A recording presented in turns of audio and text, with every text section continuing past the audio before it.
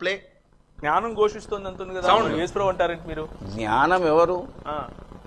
జ్ఞానం ఎవరో మనకు నూతన నిబంధనలో అంటే జ్ఞానం అని ఎక్కడెక్కడ వస్తే అక్కడక్కడ యేసుప్రభు అవన్నీ మళ్ళీ ఒక్కొక్క సందర్భాన్ని బట్టి మనం ఆలోచన. ఓకే, సో ఈ సందర్భంలో మాత్రం యేసుప్రభు ఈయన ఎందుకంటే ఈ కింద మీరు కనుక చదివితే ఏదైతే ఉందో, కావున నా పిల్లలారా నా మాట ఆలకించుడు, మార్గంలో అనుసరించు, అనుదినం నా గడపయుద్దా అంటే ఇవన్నీ యేసుక్రీస్తు చెప్పిన మాటలు. ఆయన శరీరధారిగా వచ్చి నేను మార్గమును, నా మాట వినండి, నా మాటను విన్నవాడే నిత్య జీవాన్ని కలిగిన వాడు అనే విషయాలన్నీ కింద చెప్పిన మాటలన్నీ యేసుక్రీస్తు స్వయంగా శరీరధారిగా వచ్చినప్పుడు చెప్పాడు. జ్ఞానం కలిగిన వాళ్ళు అందరూ చెప్తారు ఈ మాటలు. ఒక విషయం చదవండి సార్, ఒక్క నిమిషం అన్న, ఒక్క నిమిషం అడుగుతాను అన్ననే.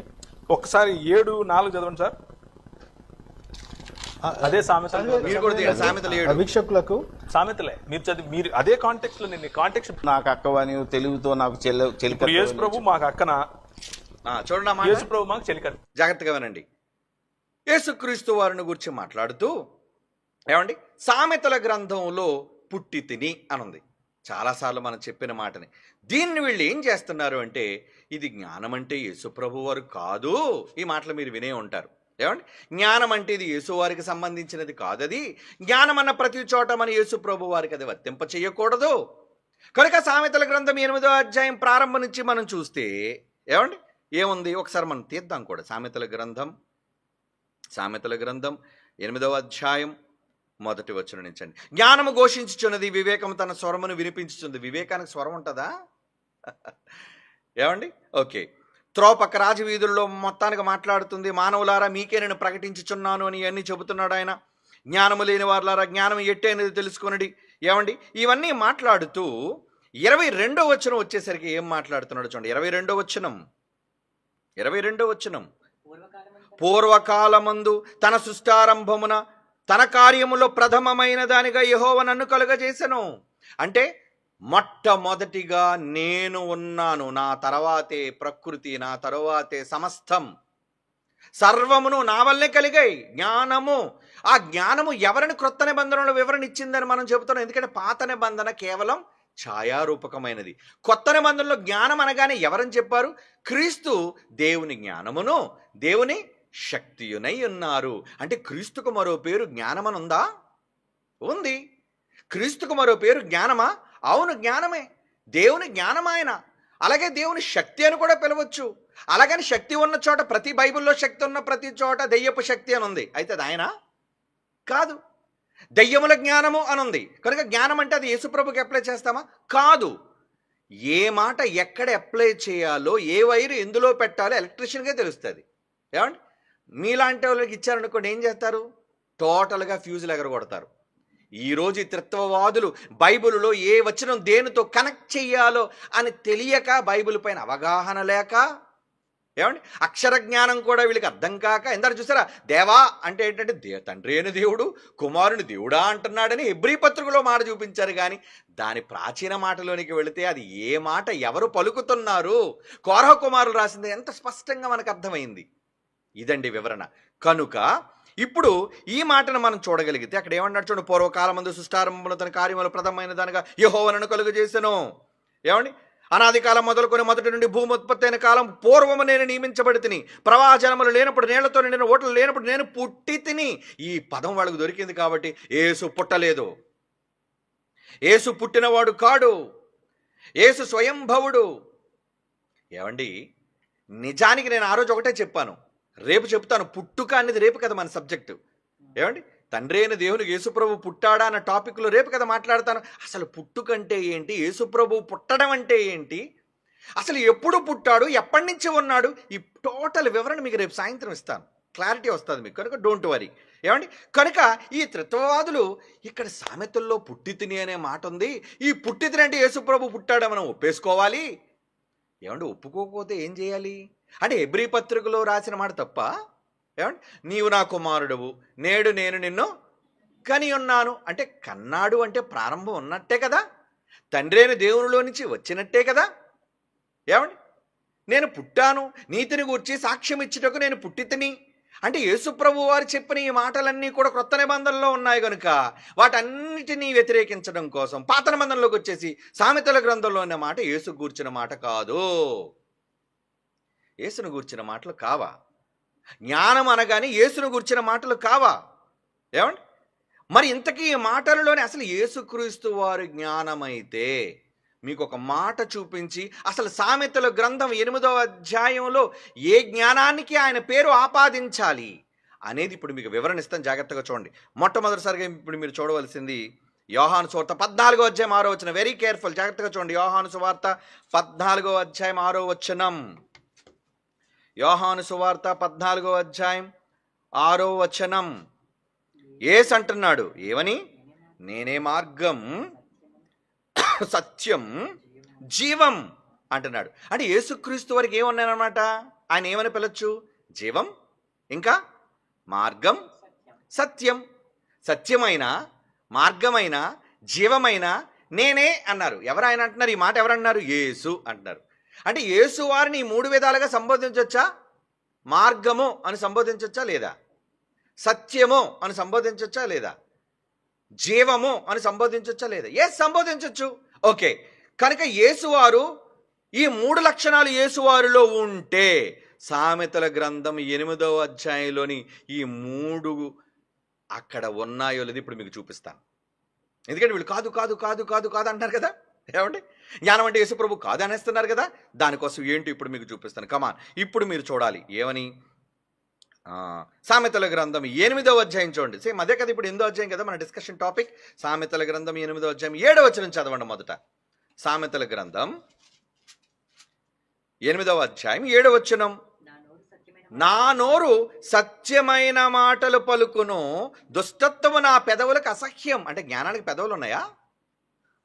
జ్ఞానానికి పెదవులు ఉంటాయా? ఆ జ్ఞానం అంటుంది ఏమంటుంది? నా నోరు సత్యమైన మాటలు పలుకునంటే సత్యం ఉందా? జ్ఞానం దగ్గర ఏముంది? సత్యము ఉంది. ఓకే, 32వ వచనం చూడండి. అదే సామెతల గ్రంథం 8వ అధ్యాయం 32వ వచనం. కావున పిల్లలారా నా మాట ఆలకించుడి, నా మార్గములను అనుసరించేవారు ధన్యులు. మార్గం అంటే జ్ఞానానికి మార్గం ఉందా? జ్ఞానం మార్గం అని పిలువబడుతుందా? నా మార్గములు, నేను చెప్పే మార్గములు అనుసరించండి అంటున్నాడు. అంటే ఇక్కడ మనకు సత్యం వచ్చేసింది జ్ఞానంలో, అలాగే మార్గం వచ్చేసింది. ఇంకా ఏం కావాలి? జీవం కావాలి కదా. 35వ వచనం చదవండి. అదే సామెతల గ్రంథం 8వ అధ్యాయం 35వ వచనం. నన్ను కనుగొనువాడు జీవమును కనుగొనును, యెహోవా కటాక్షము వానికి కలుగును. ఏమండి? ఈ జ్ఞానము యేసు ప్రభు కాదంటే ఈ జ్ఞానంకి ఈ 3 లక్షణాలు ఎందుకున్నాయి? దీని నెరవేర్పు ఎక్కడుంది? క్రొత్త నిబంధన. అందుకే ఈ దొంగలు ఎప్పుడు కూడా క్రొత్త నిబంధన జోలికి వెళ్ళరు, పాత నిబంధనలను తిప్పుతుంటారు మిమ్మల్ని. మరలా చెప్తున్నాను, క్రొత్త నిబంధన సర్వసత్యము, పాత నిబంధన ఛాయారూపకమైనది, క్లారిటీ లేనిది. జ్ఞానం అన్నాడు. ఆ జ్ఞానం ఎవరు ఇక్కడ చెప్పలేదు. కానీ క్రొత్త నిబంధన వచ్చేసరికి చెప్పాడు జ్ఞానం అంటే క్రీస్తు, పరిపూర్ణత క్రీస్తులో ఉంది.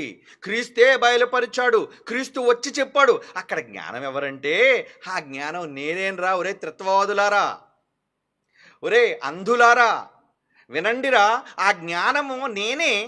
అక్కడ నాకు యేసు నేనే మార్గము, సత్యము, జీవమని ఇక్కడ నా చెబితే ఈ మాట ఎలా విన్నారో మరి జ్ఞానముగా ఆ రోజు ప్రకటింపబడిన నేను కానా?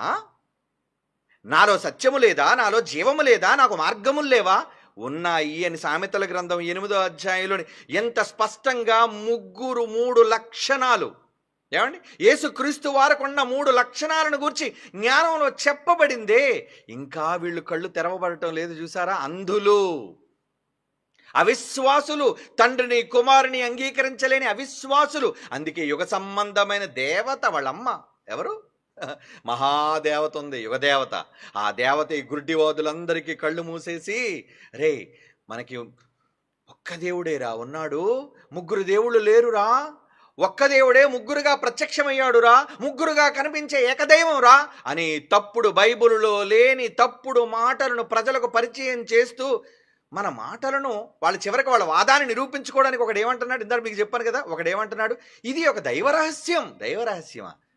ఇప్పుడు రహస్యాలంటూ ఏమీ లేవు. దేవుడు సర్వ రహస్యాన్ని కూడా పౌలు గారి ద్వారా సంపూర్ణముగా ప్రకటించేశాడు. అదే పరిశుద్ధాత్మ దేవుని యొక్క నడిపింపు, సర్వసత్యము.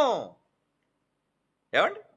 అంటే ఇటువంటి విషయాలను గూర్చి వీళ్ళు ప్రజలను గలిబిలి చేస్తూ జ్ఞానం అన్న దాని పుట్టితిని అన్న ఒక్క మాటను తప్పని నిరూపించడం కోసం అసలు జ్ఞానము కాదు, యేసు ప్రభు కాదని చెప్పేస్తున్నారండి వీళ్ళు. ఏమండి? అవునా? రైట్.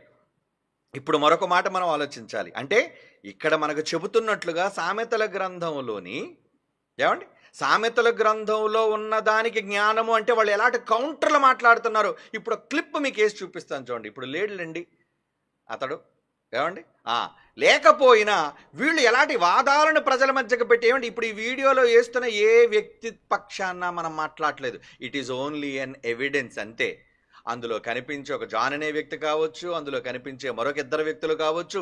ఈ వ్యక్తులు ఎవరు చెప్పిన దానితోనూ మనం ఏమండి వాళ్ళ వాదాలతో వాళ్ళ సిద్ధాంతాలతో అంగీకరించడం లేదు. కేవలం ఒక ప్రూఫ్గా మాత్రమే మీకు చూపిస్తున్నాను. ఎందుకంటే వాళ్ళు ఏ తప్పుడు మాటలు పలికారో దాని వెనక ఉన్న భావాలు అంటే మీకు అర్థం కావాలి కదా. అందుకే నేను ఇప్పుడు మీకు చూపిస్తున్నాను. కనుక ఇప్పుడు ఒక క్లిప్ చూద్దాం. ఏమండి ఈ క్లిప్లో వాళ్ళు ఏమంటున్నారో చూడండి. రోమా అంటే ఫిలిప్ కీర్తన గ్రంథంలో 2వ అధ్యాయంలో నేను పుట్టి తిని నేను కన్నాడు ఆ కుమారుడు అనే మాట ఉంటుంది కదండి. ఆ మాట ఒకసారి చదివి ఆ క్లిప్ మనం చూద్దాం. ఏమండి రైట్ చూద్దాం. కీర్తన గ్రంథం 2వ అధ్యాయం 7వ వచనం. కీర్తనలు 2వ కీర్తన 7వ వచనం చూడండి.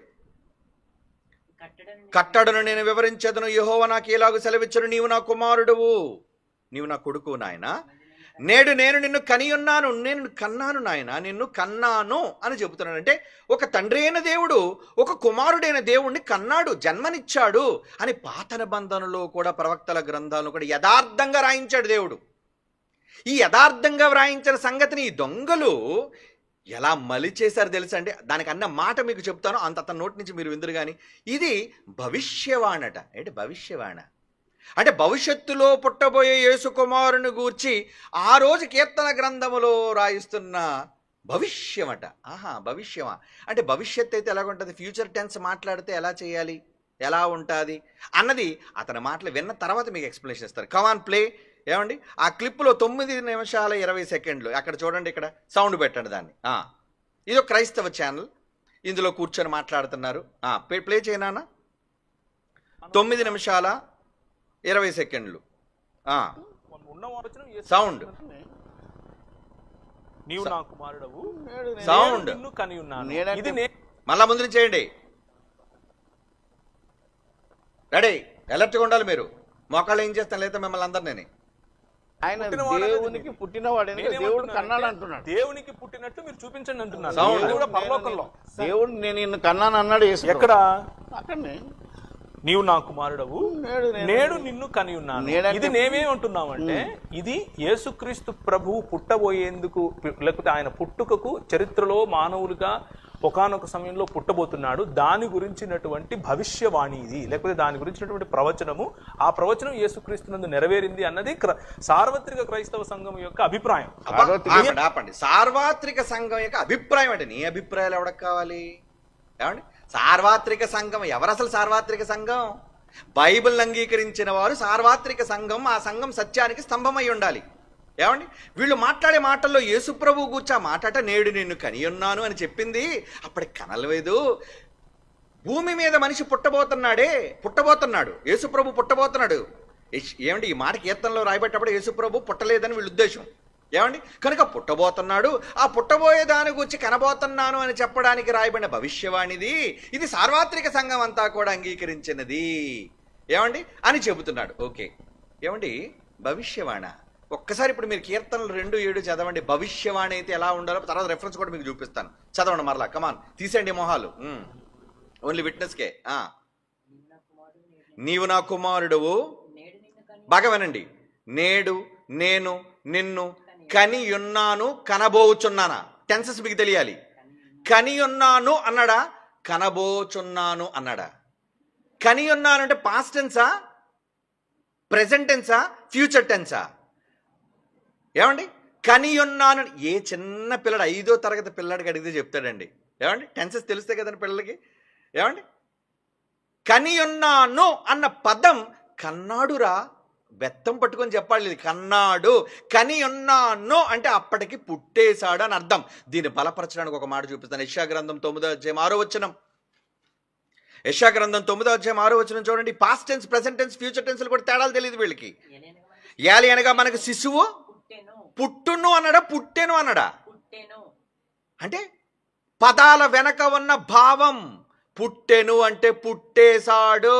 అంటే యెషయా గారు ఈ మాట రాసేటప్పటికి మరియమ్మ ఇంకా కనలేదు కదండి. ఇది భవిష్యవాణి అని చెప్పకూడదు. భవిష్యవాణి కాదు, ఇది భవిష్యవాణి కాదు. పుట్టేశాడు అని పుట్టిన వ్యక్తిని గూర్చి ఖరారు చేసి చెబుతున్న మాట. ఏలే అనగా మనకు శిశువు పుట్టునూకి పుట్టేనూకి తేడా లేదండి. It's already done. పుట్టేశాడు. అతని భుజముల మీద నెక్స్ట్ ఏం చెప్తున్నాడు చూడండి, అతని భుజముల మీద రాజ్యభారము ఉండును. ఉండునంటే భవిష్యత్తులో ఆయన రాజు అయిపోబోతున్నాడు. ఆ రాజుగా ఆయనకు నేను భారం పెడతాను. ఏమండి, రాజదండాన్ని పట్టుకుంటాడు ఆయన. ఏమండి, రాజుగా నేను చేయబోతున్నాను ఆయన్ని. ఏమండి, యూదుల రాజుగా పుట్టబోతున్నాడు ఆయన. ఇదంతా చూడండి, అక్కడ ఏమన్నది మళ్ళా జరిగిపోయినట్టు లేదా? ఆ టెన్సెస్ ఎలా ఉన్నాయి మీకు చెప్పండి. అతని యాలే అనగా మనకు శిశువు పుట్టెను, మనకు కుమారుడు అనుగ్రహింపబడి. రెండోసారి అనుగ్రహింపబడును, బడెను, బడెను జరిగిపోయింది. ఆయన భుజము మీద రాజ్యభారం ఉన్నది అనలేదు, ఉండును. ఏమండి, ఇంకా అతడు ఆశ్చర్యకరుడు, ఆలోచనకర్త, బలవంతుడైన దేవుడు, నిత్యుడు తండ్రి, సమాధానకర్తకు అధిపతి అని ఆయనకి పేరు పెట్టబడింది. పేర్లు ఉన్నాయి ఆయనకి, చాలా పేర్లు. అందులో నిత్యుడు తండ్రి అని కూడా పేరు ఆయనకు ఉంది. అంటే ఈ మాట ప్రకారంగా యేసుప్రభు పుట్టాడా లేదా?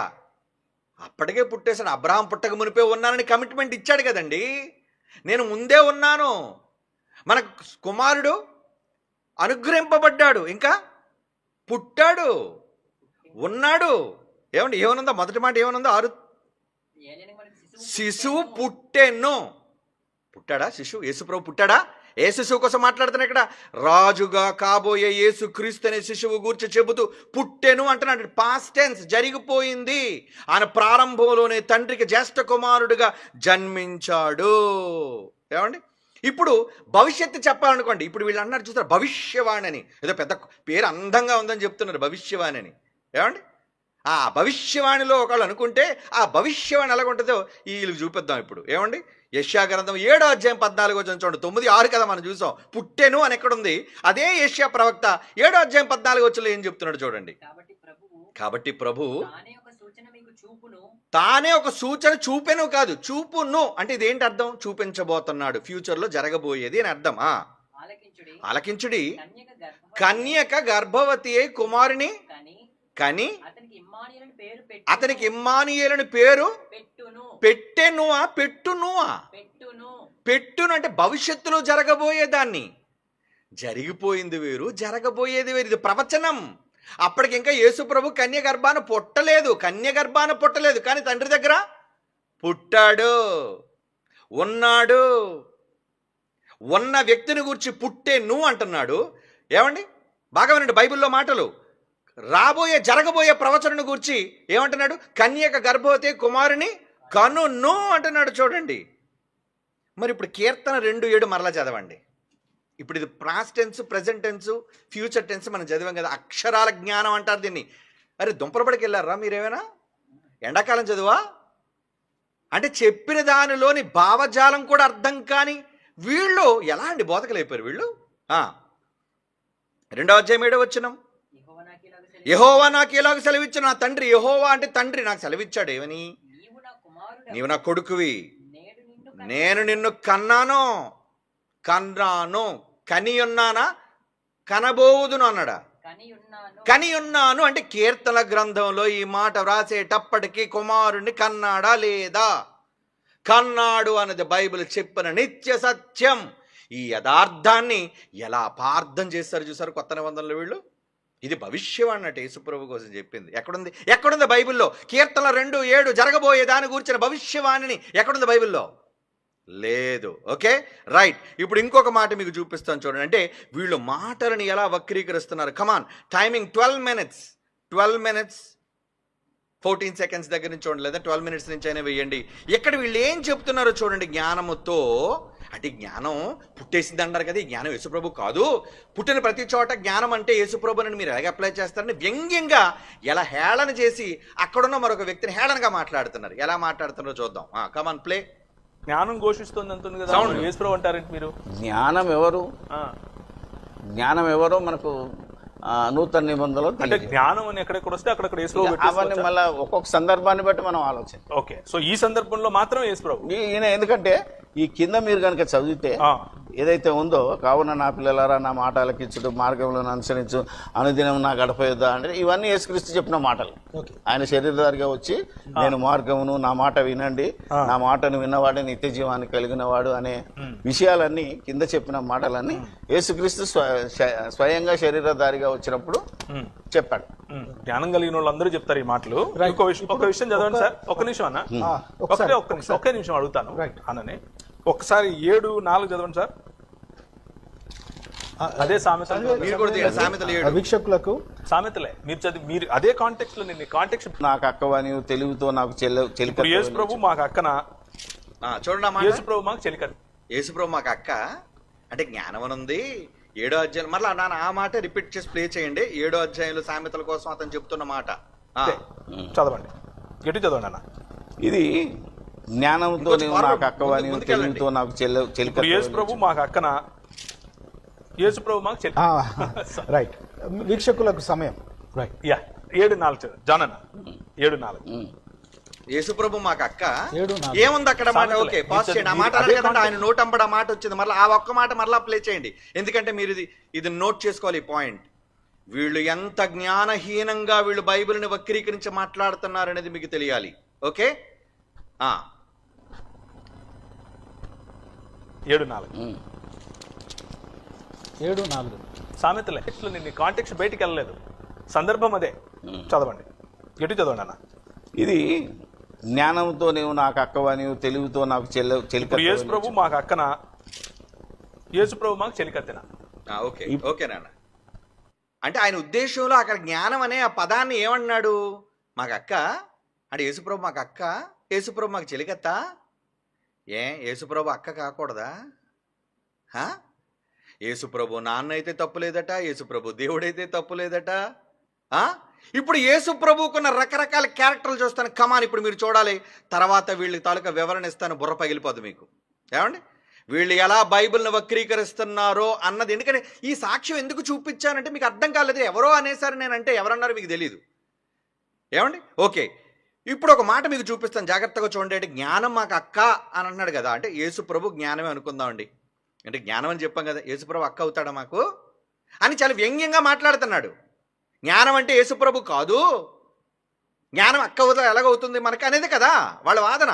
ఓకే, యోహాను సువార్త 1వ అధ్యాయము గబగబా తీయాలి. యోహాను సువార్త 1వ అధ్యాయం 25వ వచనం క్విక్గా ఉండాలి. ఇప్పుడు మీకు యేసు ప్రభు ఎన్ని రకాలుగా మనకు కనబడుతున్నాడు అని ఇప్పుడు మీకు చూపిస్తాను. యోహాను సువార్త 1వ అధ్యాయం 28 క్విక్. యోహాను సువార్త 1:29 యేసు తన యొద్దకు రాగా లోక పాపములు మోసుకొని పో. యేసుని చూసి గొర్రెపిల్ల అంటాడేంటి? యేసుప్రభు గొర్రెపిల్ల? ఏమండి, యేసుప్రభు గొర్రెపిల్ల అనొచ్చా?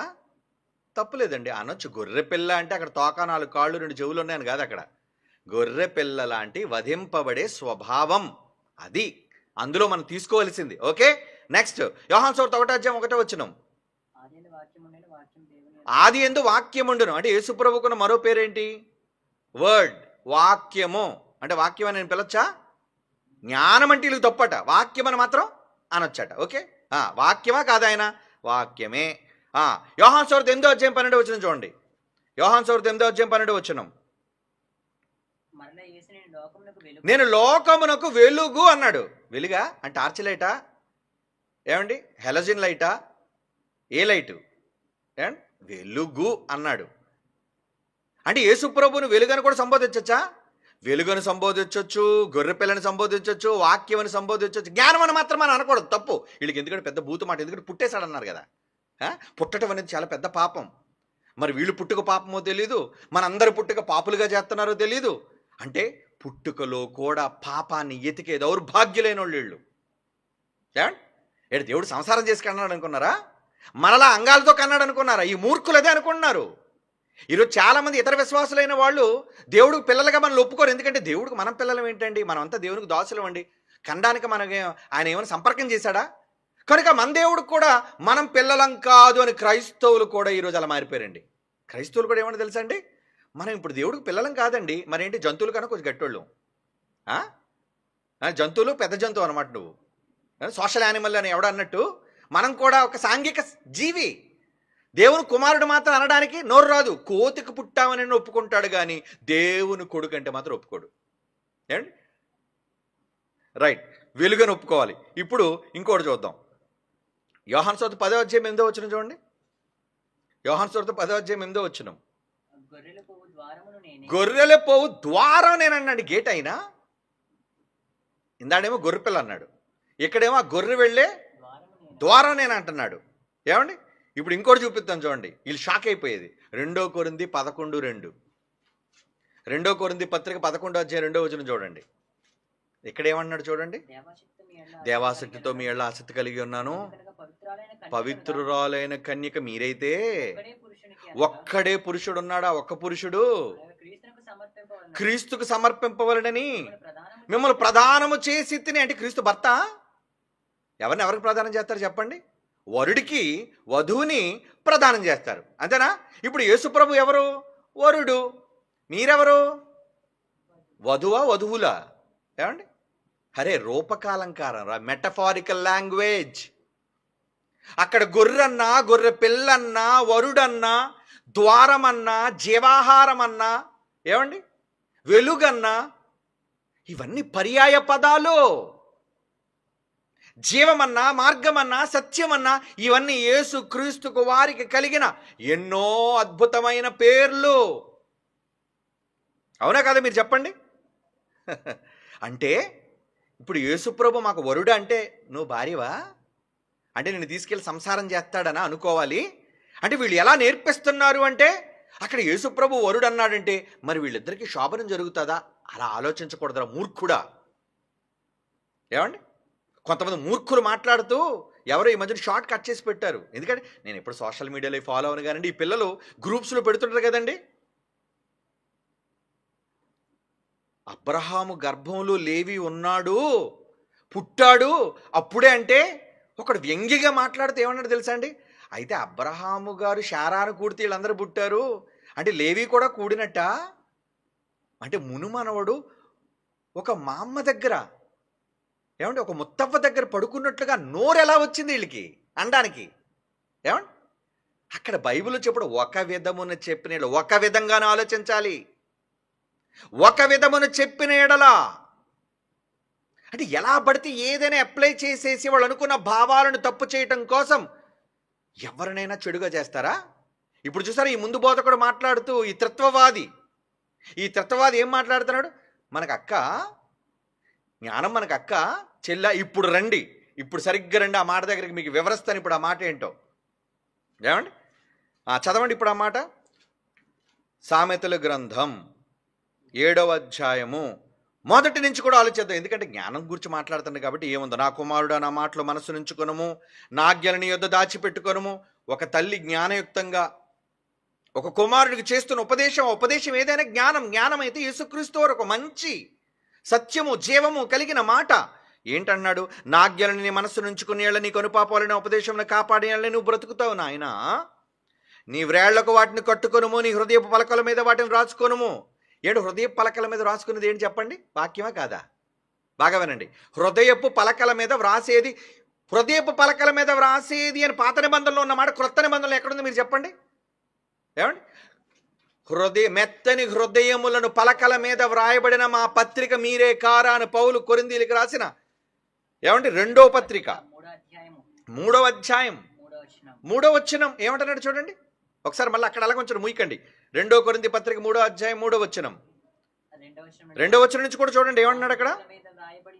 మా హృదయముల మీద వ్రాయబడి ఉండి మనుష్యులందరూ తెలుసుకొనుచున్నా చదువుచున్న మా పత్రిక మీరే కాదని మనుషులు ఇక్కడ పత్రికలు అంటున్నాడండి. మనం పత్రికలట.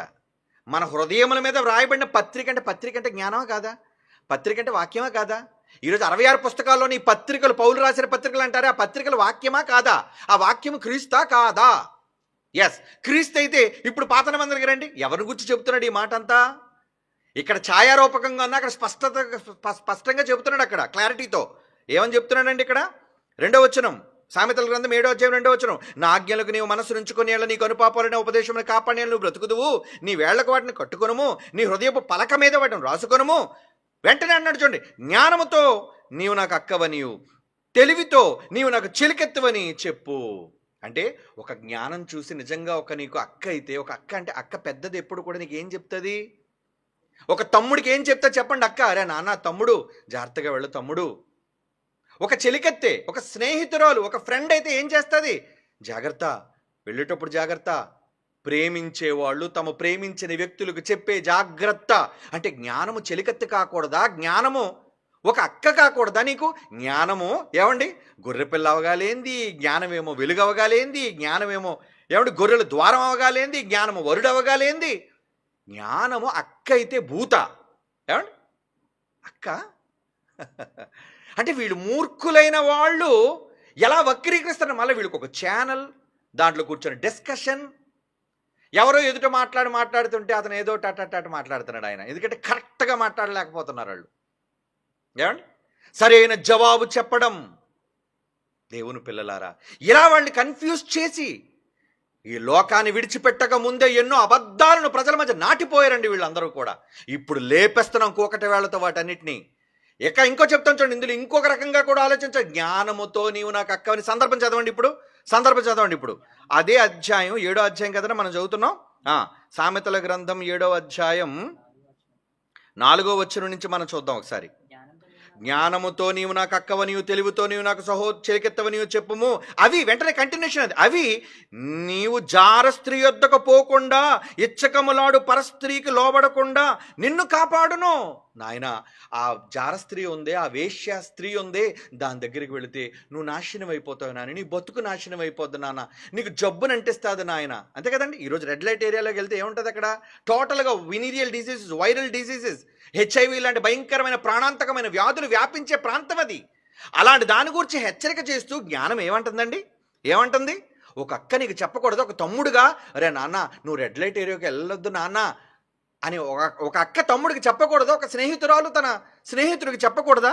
ఏమండి చూడండి, జ్ఞానముతో నీవు నాకు అక్కవనియు, తెలివితో నాకు చెలికెత్తమని చెప్పుము. నీవు జార స్త్రీ యొద్ద నుండి పోకుండా, ఎచ్చకములాడు పరస్త్రీకి లోబడకుండా నిన్ను కాపాడము. నా ఇంటి కిటికీల్లో నుండి, నా అల్లిక కిటికీల్లో నుండి నేను పారజోడగా జ్ఞానము లేని వారి మధ్య, ఏమండి యవ్వనుల మధ్య బుద్ధి లేని పడుచువాడు ఒకడు కనబడిన. వాడు ఏం చేస్తున్నాడు? సంధ్యవేళ ప్రొద్దుగుంకిన తర్వాత ఇంక వెళుతున్నాడు, వాడు ఎంతో భయంకరమైన పాపాలు చేస్తున్నాడు. దానివల్ల వాడికి ప్రాణం ఇబ్బంది, పాతాళానికి పోతాడు. వాడు పాతాళానికి పోకుండా ఉండాలి అంటే ఇక్కడ ఏమంటున్నాడు? ఇప్పుడు రండి మరలా కొంచెం వివరిస్తాను మీకు. 4వ వచనం, జ్ఞానముతో నీకు నిజంగా జ్ఞానం ఉంటే, జ్ఞానముతో నువ్వు ఉంటే నువ్వేం చెప్తావు? జ్ఞానముతో ఉంటే ఒకవేళ ఏం పరిస్థితి కనబడింది అనుకోండి, వస్తావా అని పిలుస్తుంటారు కదండి. రోడ్డు అంటే వెళ్ళిపోతుంటా, నీకు ఏ పాప పుణ్యం తెలియదు. కానీ ఈ విటులను ఆకర్షించడానికి వీళ్ళు రోడ్ల మీద నిలబడి, సంత వీధుల్లో నిలబడి పిలుస్తుంటారు, వస్తావా వెళ్దామా అని పిలుస్తుంటారు. అప్పుడు అలా పిలిచినప్పుడు అంటే అది పిలుస్తుందంటే అర్థం ఏంటన్నమాట, నీతో సైనించడానికి పిలుస్తుంది అది. అప్పుడు నువ్వేం చెప్పాలి? అక్క రానక్క, తప్పక్క అని ఆమెను అక్కని సంబోధిస్తే నీతో పడుకోగలదా? నువ్వు జ్ఞానముతో ఆవిడ్ని అక్క అని నువ్వు అన్నావు అనుకో, ఏమంటే అక్కతో ఎవరండి సైనించగలరు? నీ తోడబుట్టిన అక్క అని పిలిచే ఆమెతో నువ్వు సైనించగలవా? లేదే. అంటే నిజంగా నీకు జ్ఞానం ఉంటే, జ్ఞానముతో ఒకవేళ నువ్వు నిండితే, జ్ఞానము నీ బుర్రలో ఉంటే నాకు అక్క అంటావు ఏ స్త్రీ కనబడినా, అవునా? తెలివితో నీవు నాకు చెలికెత్తవి, అయ్యో ఇదేంటి నువ్వు నా స్నేహితురాలు కదా, నేను వేశ్యగా చేయటం ఏంటి, నేను నిన్ను కూడటం ఏంటి, తప్పు అని స్త్రీ కనబడితే చెప్పే సంస్కారం జ్ఞానముంటే వస్తుంది ఏ మగాడికైనా అని చెప్పడానికి నీలో జ్ఞానముంటే ఆ స్త్రీని చూసి ఏమంటావు? అక్క అని సంబోధిస్తావు. ఏమండి ఇది రైటే. ఒకవేళ జ్ఞానం అక్కగా అనుకుంటే ఒక తమ్ముడితో, ఏమంటే ఒక తమ్ముడు రెడ్ లైట్ ఏరియాకి వెళ్తానని అక్కకి తెలిసింది అనుకుంటే ఏమంటుంది? అక్క తమ్ముడు వెళ్ళొద్దురా, ఆ మార్గంలో వెళ్ళొద్దు నాన్న అని మంచి కోరేవాళ్ళు, మన మంచి కోరేవాళ్ళు ఎవరైనా మంచి చెబుతారే. అలాగే జ్ఞానం అనే యేసు ప్రభు మన మంచిని కోరేవాడు.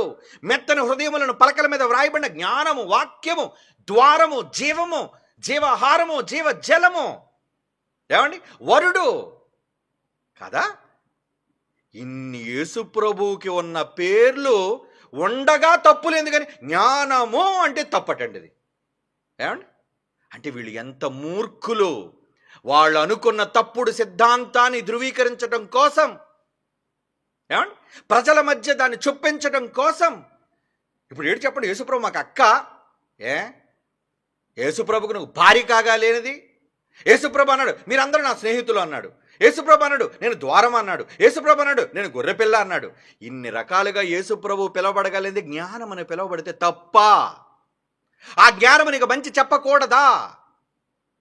అంటే వీళ్ళకి ఏం బైబిల్ అర్థమైంది చెప్పండి? పుస్తకాలు కట్టలు దరిద్రపు దిక్కుమాల పుస్తకాలు చదవడం కాదురా పిచ్చోళ్ళారా. బైబిల్ చదవండి, వన్ అండ్ ఓన్లీ గ్రంథం.